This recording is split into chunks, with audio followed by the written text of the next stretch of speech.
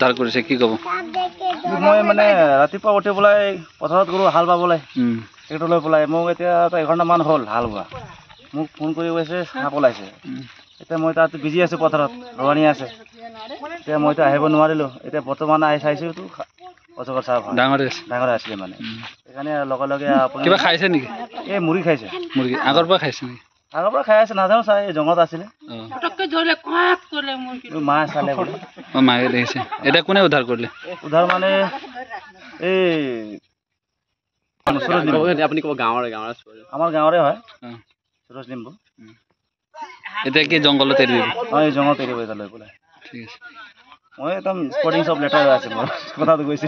আমাৰ ইয়াত আজি প্ৰকাণ্ড এটা অজগৰ উদ্ধাৰ কৰা হৈছে। কোন জেগা? এই মঙলবৰীয়া বাটমাৰী বুলি কয়, উত্তৰ মুৰাদাৰৰ অন্তৰ্গতে। এই সাপটো মানে আগে পিছে ওলাই থাকে।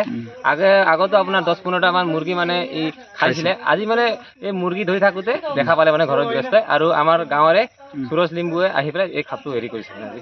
ধৰিছে। এতিয়া ক'ত নিব আপোনালোকে? এইটো আমি এতিয়া ভৰলি নি পেলাই এৰি দিম বুলি ভাবিছোঁ। জংঘলত। ঠিক আছে।